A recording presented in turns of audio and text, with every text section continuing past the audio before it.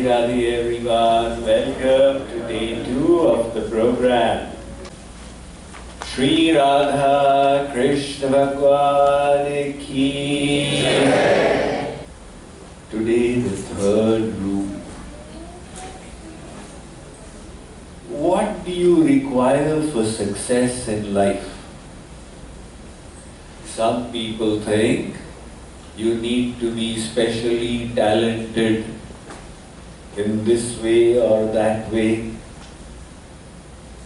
But the fact is, you need an inner virtue that doesn't require any talent.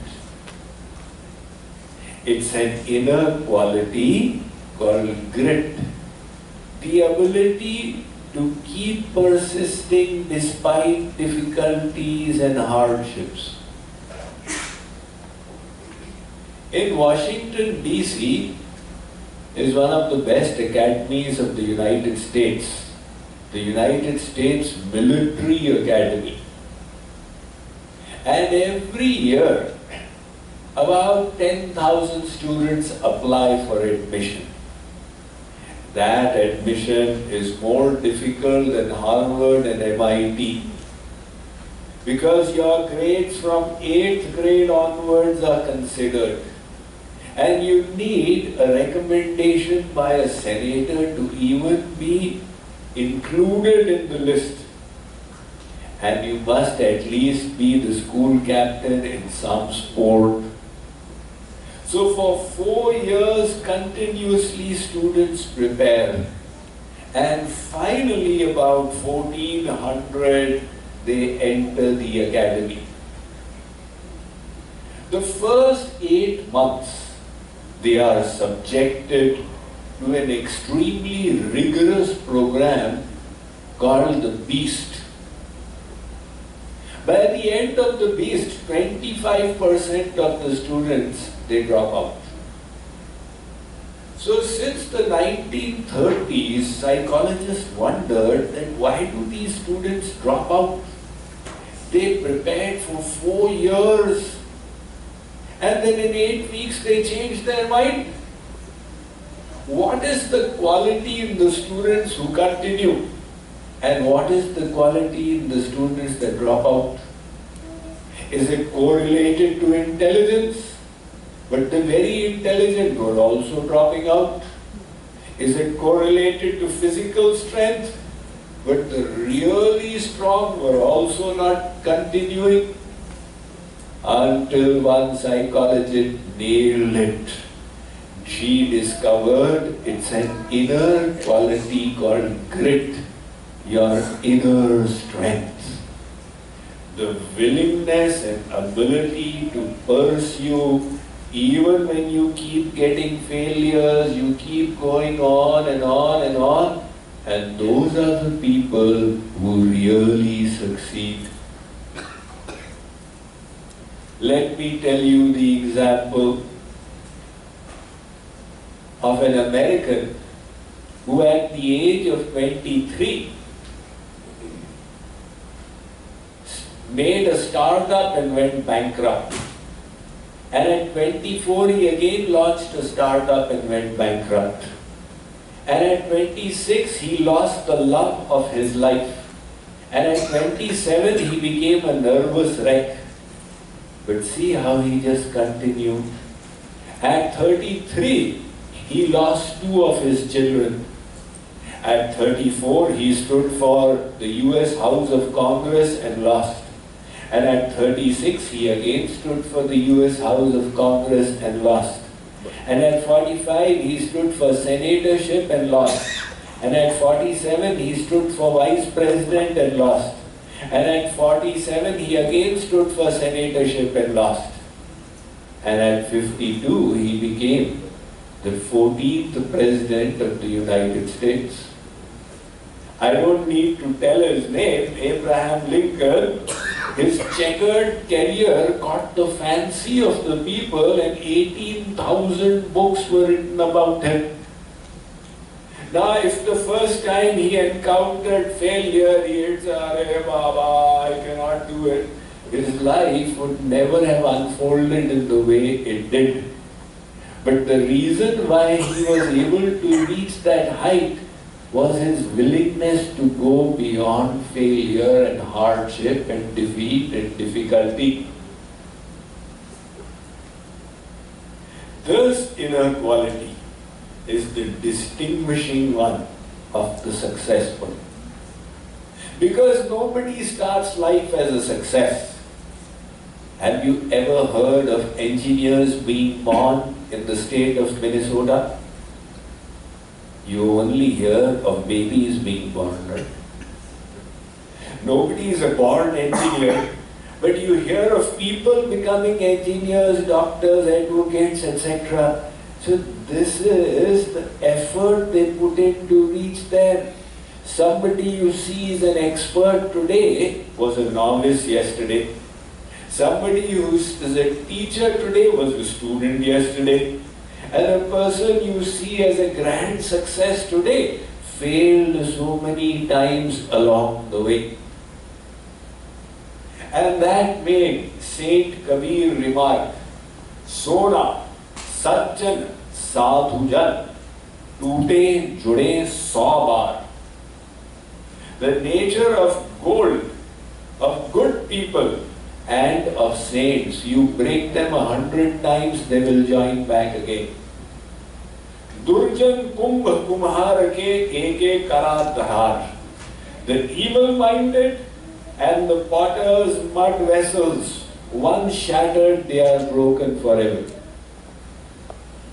So if we wish to make our life a success the way God wants it, we must cultivate our inner strength. Now take a look. We go from the most popular president of the United States ever to the most popular president of India ever. In the last 75 years of the independent country, APJ, Dr. APJ Abdul Kalam, a Mohammedan president of India. Abdul Kalam was born in the southernmost tip of India in the holy place called Dhanushkodi. His father used to ferry passengers on the ocean. It was a poor family. He was the third of 5 siblings. And he was not a brilliant student as you may assume because he turned out to be a scientist. He would struggle in his studies, but there was a free math tuition at 3 a.m. in the morning, which he would go and attend. And to augment his family income, he would sell newspapers and get 5 paise commission. Because of his poverty, he managed to get a scholarship to a college and did honors in physics. But after graduating, he realized that physics was not his interest. Nevertheless, he persisted and joined the Madras Institute of Technology studying aeronautical engineering. There, his final year project was rejected by his guide who said, I am giving you 72 hours to put this in shape or your scholarship will be cancelled. Abdul Kalam for the next 3 days neither slept nor ate, continuously worked and managed to get his project approved. At that time in India in the year 1950 for aeronautical engineers, there were just 2 job options. Either join the Indian Air Force or the DRDO, Defense Research and Development Organization. Abdul Kalam applied to the IAF and 28 candidates appeared for the interview. 8 got selected, he was the 9th and there was shattered his hopes of ever becoming an Air Force pilot. Disappointed, he went to the nearby holy place of Rishikesh, where he met Swami Shivanand of the Divine Life Society. Swami Shivanand said, don't worry, take it in your stride. The Bhagavad Gita also begins with the environment of gloom The first chapter is called Arjun Vishad Yog. Arjun was lamenting. But that lamentation turned out to be a springboard to enlightenment. So read the Bhagavad Gita every day. It was a habit that he continued with. He joined the DRDO, and he describes in those days he was in Madras. They didn't even have a building for the DRDO, and they would carry rocket parts on bullock carts. NASA invited 5 scientists, and he was one of them. They loved his work culture and offered him a permanent placement. But he rejected such a lucrative offer because he wanted to serve his country. And he returned. There he was co-opted into ISRO, Indian Satellite Research Organization. By the year 1963, he had been promoted as one of the directors of ISRO. And in 1969, he was put in charge of the satellite launching project. By 1979, India tried its first launch of a satellite. It failed miserably. And Abdul Kalam felt, how will he stand before the nation in front of this failure? But his chairman, Dr. Satish Dhawan, took the stage and said that Dr. Kalam and his team are competent. They will succeed in 1 year. That is exactly what happened when in 1980, India launched SLV-3 and entered the elite group of 6 nations with satellite launching technology. Abdul Kalam later said, I learned how to handle success from many, but I learned how to handle failure from my chairman. Subsequently, the belligerence of India's neighbors had increased, and as a deterrent, missile technology was required. He was brought back into the Defense Research Organization and put in charge of the missile project. Under his leadership, India first launched the Trishul, and then the Prithvi, and then the Akash. But when they were trying for a long-range missile, the Agni, it repeatedly failed. At that time, Amul Butter Company, many of you may be familiar of its cartoon advertisements. They released a cartoon, if they are looking for better, higher octane fuel, let them try Amul Butter. But finally, India succeeded in 1985 in launching the Agni as well. And then America informed India that it needs to develop nuclear power as a deterrent because Pakistan is already developing it covertly. So he was put in charge of Operation Shakti.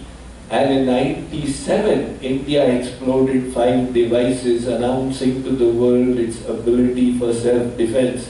In 1998, Abdul Kalam received the highest civilian award in India, the Bharat Ratna. And in 2002, he became the president.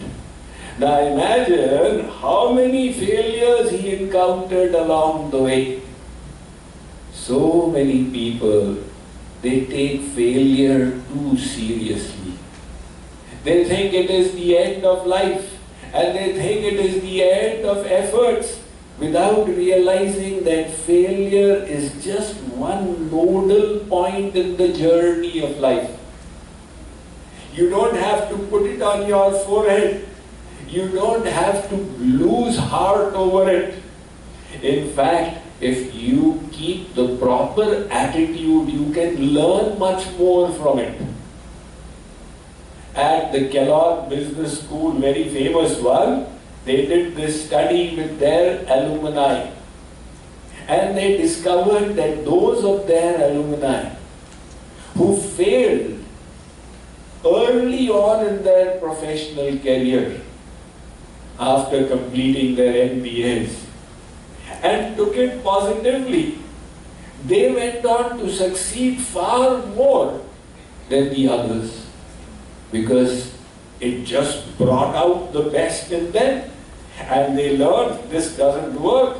So the chances of honing in on what works just improved. So likewise, we are now discussing the third golden rule for success, a rule that needs no talent. It doesn't need intelligence, it doesn't need physical strength, it is your inner grit. Now, how do you cultivate this quality of grit? What is the way to do this? Well, first of all, develop resilience.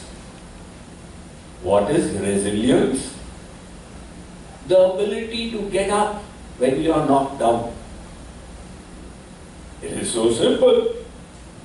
When you are knocked down, you get up. As somebody said, if you fall 19 times, you get up 20 times. If you stumble, it is only to learn the art of a better walking. Take inspiration from Glenn Cunningham, the Kansas flyer. He and his brother lived in a poor family in Kansas, and early morning in the winters they would go to the school in the 1930s, 1920s to ignite the boiler so that when the other students came, they would get hot water. However, one day, unknown to them, the wrong fuel had been placed in the boiler. And when they lit it up, it just exploded. Glenn Cunningham's elder brother suffered a spot death right there. Glenn Cunningham himself, his legs got so badly charred that when he was taken to the hospital, the doctor clearly said, "We need to amputate them. But if you don't, he will remain crippled all his life and will be unable to walk." But Glenn was a fighter. And he stayed on the wheelchair. When his parents were not looking, he would try to get up. And slowly, slowly, he was able to stand. And then he tried harder, and he was able to walk. And then he tried even harder, and he was running until he was running the fastest in his school. And he ran even faster and started winning national races. And in the year 1932, he broke the world record for the fastest 1 mile race until then.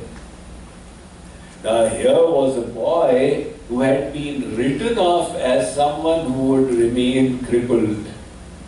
What enabled him to go beyond was his quality of resilience.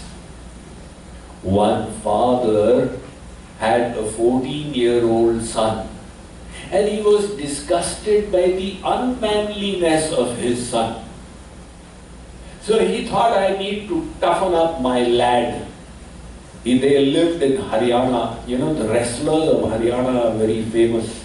He took his son to the Ustad, the wrestling guru, and said, my lad is so effeminate, I want you to toughen him up. The guru said, all right, leave your son here for 3 months and come and meet us after 3 months. The father returned after 3 months and said, how is my son doing? The wrestling guru said, let's check him out. So he called an 18-year-old brawny disciple of the same guru and said, let's engage them in a bout. Now here was this 14-year-old and there was the muscular 18-year-old. There was no match. He would lift up this boy and chuck him on the ground. And then the boy would get up and again he would chuck him on the ground. It was so embarrassing for the father to see his son repeatedly fall again and again and again. At the end of the match, the ustad asked his father, "What did you think?" The father said, "I'm so ashamed of my son. He fell onto the ground 20 times. The Guru said, "But did you not notice that he got up 21 times? The point is not that how often you fall. The point is that you have the spirit to be able to get up when you fall. That is the inner quality, the inner strength which has developed in your son. And that is called resilience. It is like the palm trees. You know, I flew into Minneapolis from Tampa, Florida, which are famous for their hurricanes and the palm trees. So you see on TV, right, when the hurricane starts blowing, the trees are getting uprooted. But the palm trees are so astonishingly designed, they only just bend. And you can see them bending so much that they're literally touching the ground. You think, oh my God, it's gone. But it stays there and then slowly it comes back. Then it bends the other way and comes back and goes on. And you may think that all this bending weakens the roots. But the fact is, the more it bends, the stronger its roots become. So if you wish to become a grittier person, then develop the quality of resilience. Does it need any talent at all? Is there anybody who says, I cannot do it, Swamiji, because I was not born with intellect? Anybody can be grittier. The second aspect of it, learn to tolerate pain. Why is it that people are not gritty? Because they run away from pain. There are always options.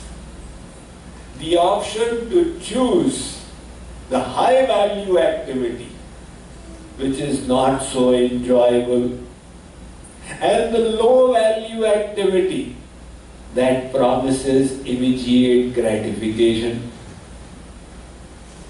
Now in the modern world, this option is always available, because you can always go on the internet and start surfing or go through social media, etc., etc.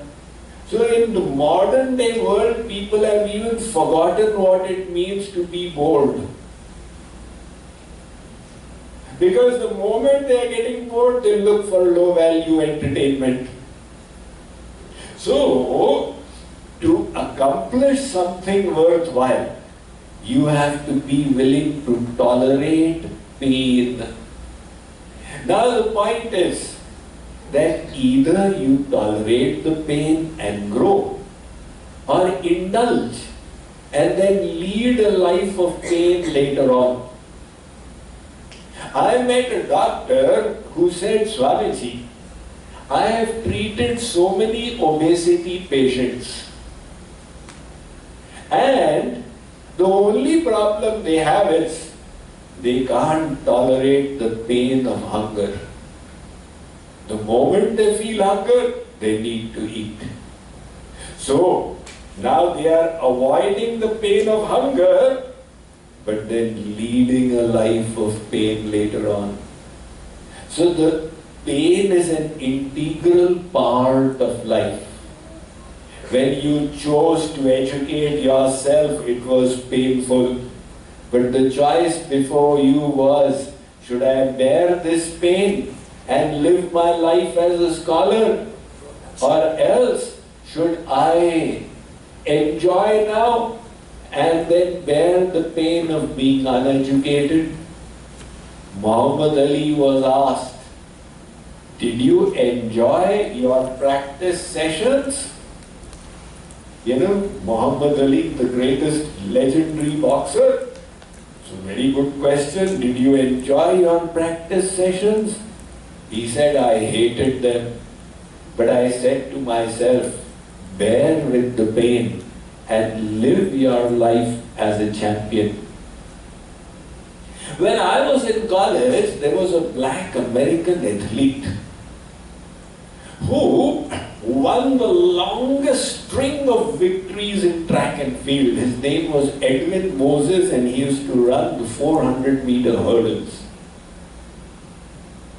122 races in a stretch. And he won a variety of awards, etc. Edwin Moses was asked by correspondents, what is the secret of your success? He was not only a world champion, he was an outstanding world champion. And they asked, what is the secret of your success? His answer was very educative. He said, I have a greater ability to tolerate pain than the others. See, you have to tolerate pain. Things don't happen automatically. But choose the good kind of pain that will develop character and elevate your soul, or the bad kind of pain that is a consequence of engaging in low-value activities. So that is why to be grittier, tolerate pain. And then further, if you wish to be grittier,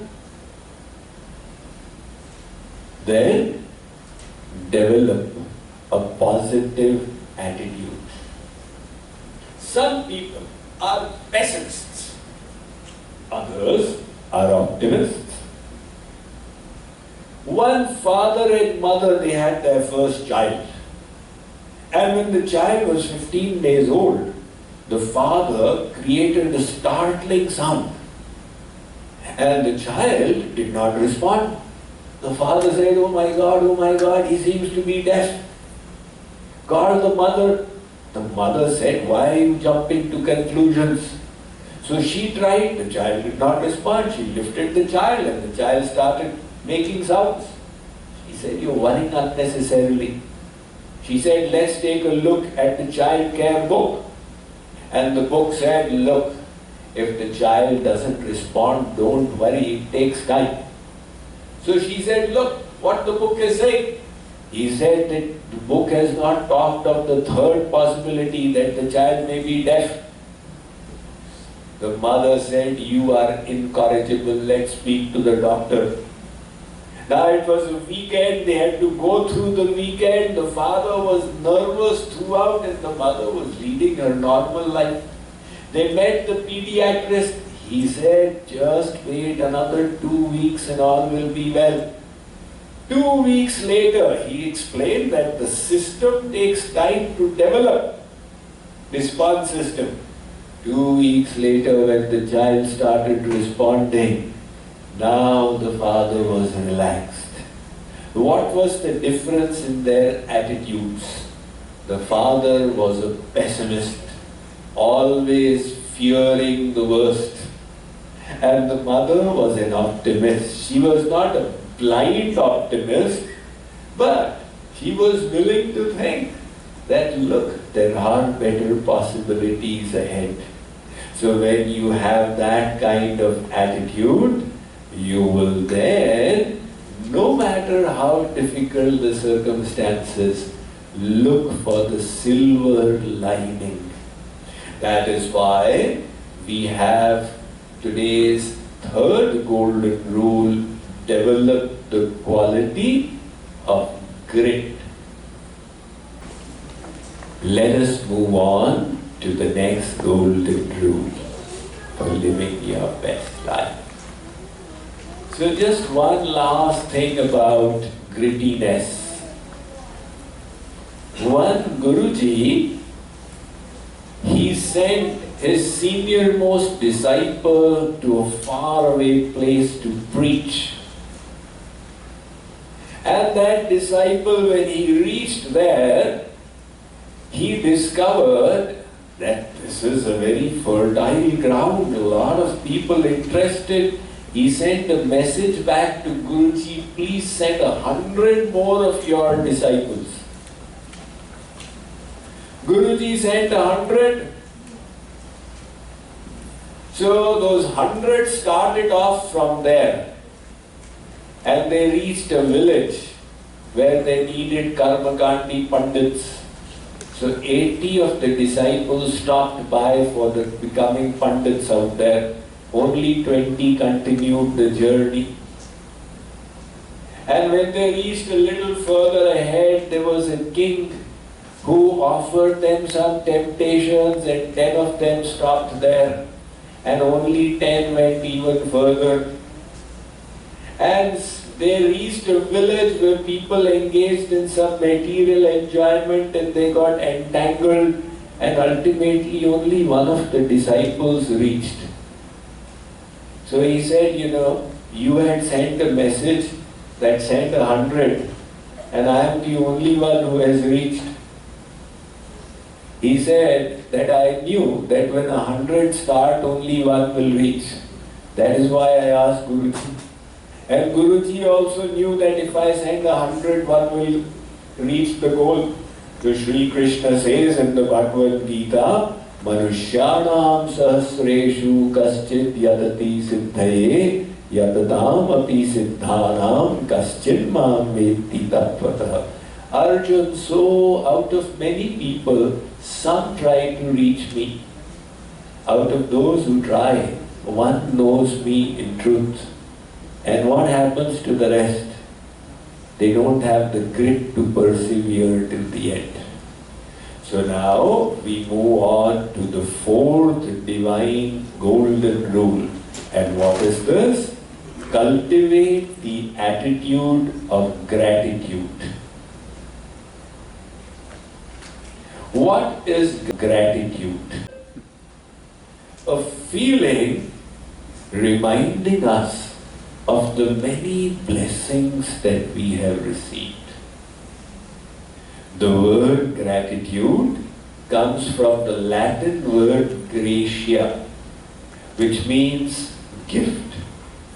All of us have received gifts, but we are not mindful of them. And gratia also means pleasing. So gratitude is a very, very pleasing sentiment. It has got the ability to lift us out from depression and negativity. Martin Seligman, who is considered the father of positive psychology, he did this experiment with 47 clinically depressed patients. These patients were on medical drugs. And Martin Seligman took them away from drugs and gave them just one assignment. Every day, write down 3 blessings in your life and think about them again and again and again. And in the space of 3 months, 94% of them, they were able to pull themselves out from depression. Why is that so? People become depressed when they decide that I am a failure in life, nothing good has ever happened, nothing good is ever going to happen, this world is not helping me in any way, and there is no goodness in it. So this triple dejection, when the thoughts spiral, the load on the brain becomes so much that ultimately it is an organ, it fails, and a person goes into depression. And the sentiment of gratitude completely counters that. Gratitude is the feeling that I have received a gift. So it acknowledges that somebody has done something good for me. The source of that goodness is outside of me. You cannot be grateful to yourself. You have to be grateful to the universe or God or the saints or your friends, neighbors, family. So you are recognizing there is goodness outside of you. And when you are thinking about that goodness, it just transforms your attitude from negativity to positivity. So powerful is this one sentiment of gratitude. And it's so easy. Who has not received blessings? We've got 2 hands, 2 feet, eyes, ears, everything. Feel grateful for it. There was once a poet. He was sitting in Delhi about 150 years ago. He had been invited by the emperor, but being poor, he did not have suitable clothes to go and meet the emperor. And he was cursing the Lord, "You've not given me anything. I don't even have a proper set of clothes." When somebody knocked on his door, the poet went to open and saw a toy seller there. The toy seller had only 1 leg, and he did not have the hand. So he had a right leg but no right arm, and left arm but no left leg. So he had a crutch on the left side, and he was walking with his leg at the crutch, and the toys were on a rope that was hanging around his neck. The toy seller said, "Sir, would you like to buy any toys?" This poet looked at him and said, "Khilone wala, my dear toy seller, what is your state? Are you not annoyed with God for not giving you blessings?" The toy seller said, "Why should I be annoyed? I have got 1 leg and 1 arm, so I can walk around.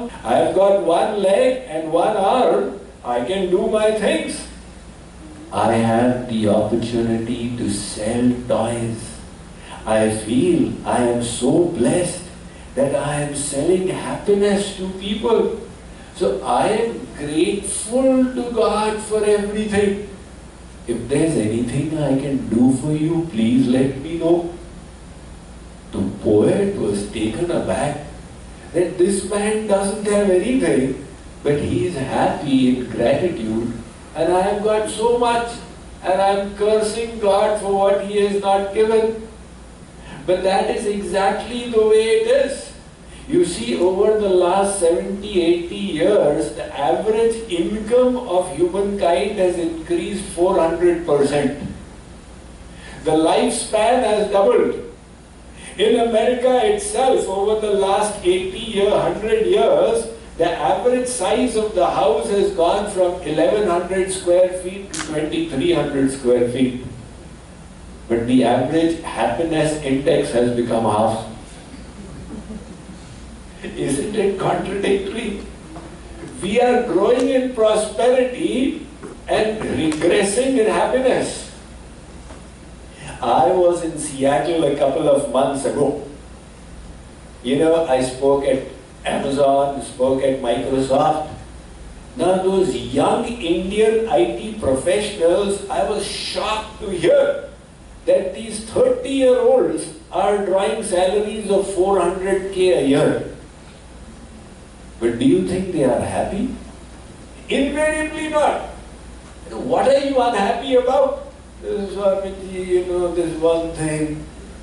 Say, look, 99.9% of the engineers in India would give anything to change their job for yours.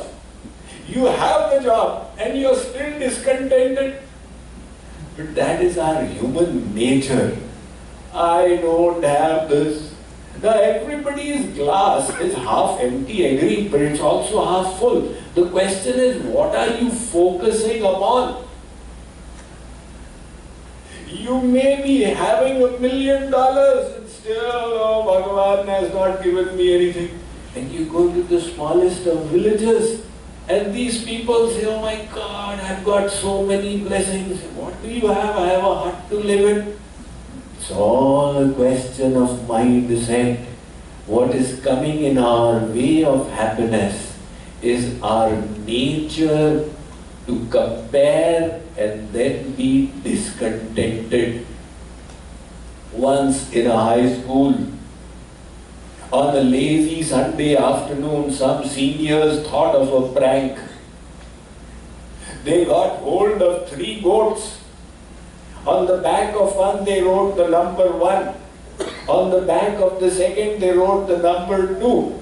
On the back of the third they wrote the number 4. And they released the goats in the school courtyard. So they went and found their ways around in the chemistry lab or the principal's office, etc.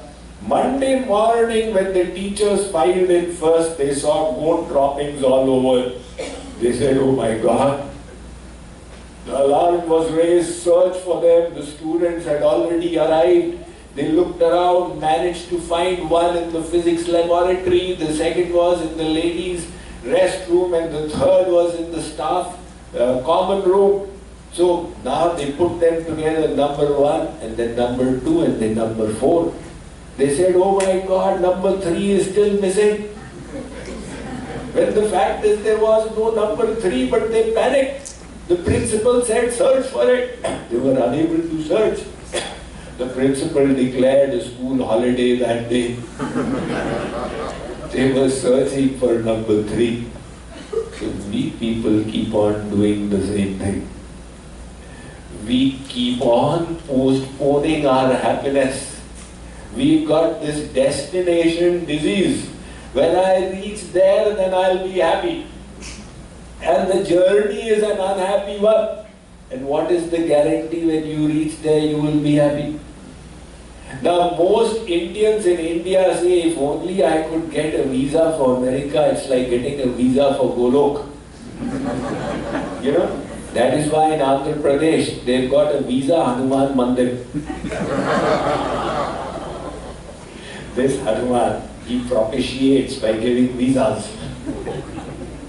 So, the idea is that Indians think that Americans must be happy. So first time when I came to America, I asked the Indians in America that this is what the Indians in India think. Are you people happy? That is, Swamiji, what happy is just the same. Happiness has not changed.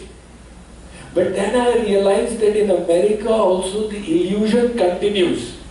Because my lecture got over in Tampa, and on the last day a white lady asked me, Swamiji, where are you going next? So I said, New York. She said, New York? She became all goggle-eyed. New York, the land of happiness, Times Square and Broadway. So I said, oh, so the Americans think that I can't be happy, New Yorkers are happy. When I went, I asked the New Yorkers, are you happy? See, you don't need to ask a New Yorker, are they happy? Their face tells the whole story. You can't get a parking in Manhattan for 2.5 hours. And you have to jump into the metro and stand for long distances. The happiness is squeezed out in any case. But it's always the case of the grass is greener on the other side. And that is the reason why we are forgetting to remind ourselves of the blessings that we already have. So one is this sense of discontent, and then the second is to take for granted what we have received. This is called the 10th apple effect. A traveler in the forest lost his way. Now 48 hours went by, his rations got exhausted, he had nothing to eat. Finally, he found an apple tree, and he's so grateful. Thank you, God, thank you, God. If I had so many apples, he said, my problems are solved. God is so merciful. While eating the first apple, he was full of gratitude. When he was eating the second apple, his gratitude decreased. The third apple, the gratitude decreased further. And by the time he was eating the 10th apple, he was no longer grateful. If you did macroeconomics 101, you must have heard of the law of decreasing marginal utility, right? So in this case, it's the law of decreasing marginal gratitude. So this, our perspective becomes defective. And instead, if we can just pay attention to what we have in our life, our heart will fill up with positivity. In fact, we will become more alive, reminding ourselves that life is a gift. We will become more generous. We will feel like sharing those gifts with others. Very often, the blessings of God come disguised, and that becomes the problem. We say God should bless me the way I want. God says, I'll bless you the way I want. Now the art is to learn how to see gratitude in negative things as well. So one girl was working on her homework. Her mother was bogged down with all the problems in her life. I have to clear the taxes and clean the house. What is this? My daughter Meena and her father, they all dirty up the house and the party is coming. I have to prepare for it. So in such an unhappy mood, she asked her daughter, what are you doing? The daughter said, Mummy, I am doing my homework. What is your homework? I am writing negative gratitude. What do you mean by negative gratitude? My teacher has told me to write negative things in my life for which I can be grateful. The mother said, wow, tell me, what have you written? And the girl had written, I am so grateful for my final exams because it means that the summer vacation is nearby. And then she had written, I am so grateful for the bitter medicine because it means I will get well soon. I am so grateful for my Papa's scoldings because it means he loves me and wants me to improve. The mother, who was in such a bad mood, thought, I also can try this exercise. She went into her room and wrote down, I am so thankful for the taxes I have to pay because it means I have an income. So many wrote, I am so thankful for the house cleaning because I have to do, because it means I have a place to live. I am so thankful for having to prepare for the party because it means that I have got a social network of friends and relatives. So likewise, we must learn to see the positives even in the negatives. Remember, the universe is on your side. God has created this to help us evolve and reach the highest stage. Now, why we complain is because there's a clash of values.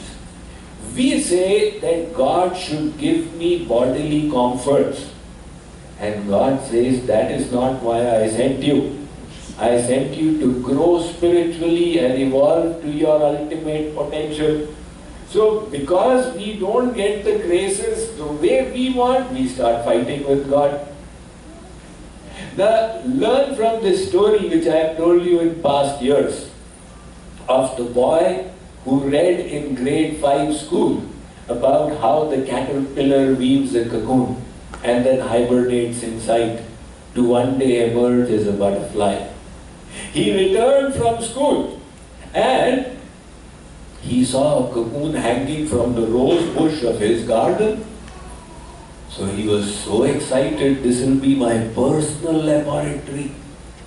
And after that, every day while going and coming, he would check the state of the cocoon. As the butterflies started coming, one day there was a tear. Since it was a holiday, Saturday, he started coming after every 1 hour.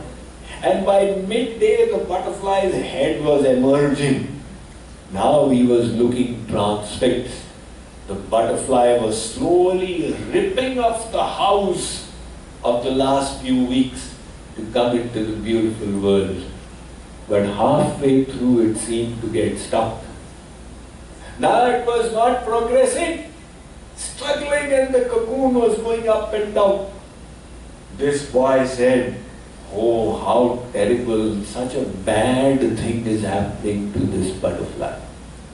Like we also say, bad thing is happening to me. So he ran home, got a pair of scissors and clipped the cocoon. He thought he had liberated the butterfly, it will fly off, and it fell to the ground. He looked carefully, it was cringing around. What's the matter? The stomach is swollen and the wings are shriveled. So the boy thought this will soon correct itself.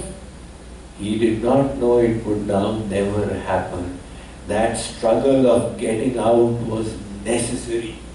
It would have pushed the fluid from the stomach into the wings. Without the struggle, the butterfly would remain ever crippled. Likewise, when the Creator sends us difficulties, it's not because He hates us. It's His way of helping us fill our wings, spiritual wings, for the flight ahead.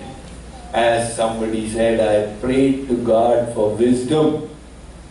He gave me problems that I may solve them and grow in wisdom. I prayed to God for courage. He gave me dangers that I may overcome them and become courageous. I prayed to God for strength. He gave me difficulties that I may surmount and grow in strength. I prayed to God for love. He gave me the poor and needy to serve that I may develop love. My prayers were answered not by getting what I asked, but by getting what I needed. So in every situation, learn to count your blessings, feel gratitude. You will develop positivity, optimism, and a happy mindset. The fourth golden rule, third golden rule was become gritty.